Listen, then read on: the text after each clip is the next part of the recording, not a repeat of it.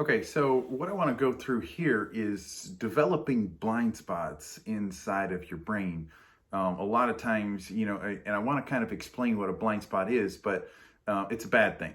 Okay, so a blind spot happens when your mind, and it can be through trauma, something like that. But in business, it can be something that you're telling yourself over and over again. So I don't want to go too deep yet. So what I want to do is kind of show you the results of a blind spot and then kind of backtrack into where it actually happened and what took place in order to create that. And then you can develop ways to prevent blind spots from happening to yourself.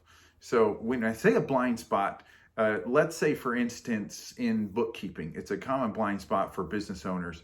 What'll happen is they'll sit down in the beginning. They're like, yeah, I want to do my bookkeeping. I want to do this. I want to do that. And they'll call up an accountant. They're trying to do it right. And they'll go to an accountant and try to set it up. And the accountant usually says a couple of things that they're unfamiliar with. Either, like, show me your chart of accounts, or go back and let me know, or, do you want to take taxes out on yourself or something? They'll say something, and all of a sudden your brain is like locked up, like, what in the world are they talking about? So then you actually try to figure it out. You're still on track. You go back and you try to work it, and you try your best to do that. And when you're doing that, all of a sudden you start making sales. And what happens is your brain is, because you didn't follow all the way through with that particular item, your brain begins to develop a kind of a scar, or what we call a blind spot, to bookkeeping. And what it'll do is completely prevent you from ever addressing your bookkeeping again.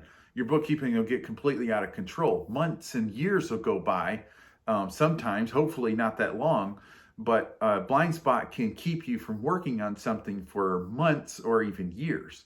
So what you want to do is to check yourself for blind spots. And what I kind of do for myself is to watch it when I am over adamant about something. So if somebody says, hey, you need to get your bookkeeping, or you need to take a look at your books, and all of a sudden I'm like, no, my books are fine. Like, I'm going to get to that. All of a sudden I feel myself being more adamant about trying to tell them that I'm going to take care of that. And when you do that, or when you catch yourself doing that, you got to back up a little bit and ask yourself, is that a blind spot for me? Because even though I'm telling myself I'm going to get to that, your brain is trying to overcompensate for the fact that you're never going to get to that.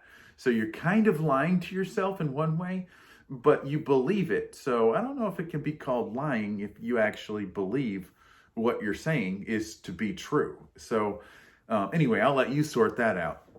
So the idea here, it can happen in a lot of different things, and not just bookkeeping. Sometimes it's dealing with customers. You can have a bad phone call with a customer, like doing cold calls or whatever. You can have a couple of bad calls, and all of a sudden you'll find yourself dodging that particular thing, or procrastinating. So procrastination is one of the next things that'll happen from a blind spot. That's one of the worst problems with the blind spot. Another thing that'll happen is, just because you talk to your accountant about your accounting or about your bookkeeping and it completely failed, doesn't mean it's going to fail the next time. The next time you come back to it, it's probably going to be better. So a lot of times the blind spot is a fear that you just haven't addressed yet. So it wasn't a problem. You weren't scared of it when you first did it, but because you haven't done it in a while, your brain's just not letting you address it again, which again creates a blind spot for you. Now, I call it a blind spot because a lot of times somebody else has to point it out to you. So it's like you're completely blind to it. So I caution you, and I have to check myself all the time, or I caution you to say that you're probably not going to be able to tell when you have a blind spot and when you don't. So a friend of mine was asking me about how they could work on their money or their finances. And one of the things I asked them is about moving to another house. And all of a sudden I heard all of this adamant, like, no, we've looked we've looked at everything. We've tried we've looked at this, and they were all of a sudden trying to convince me that there were no other houses available out there.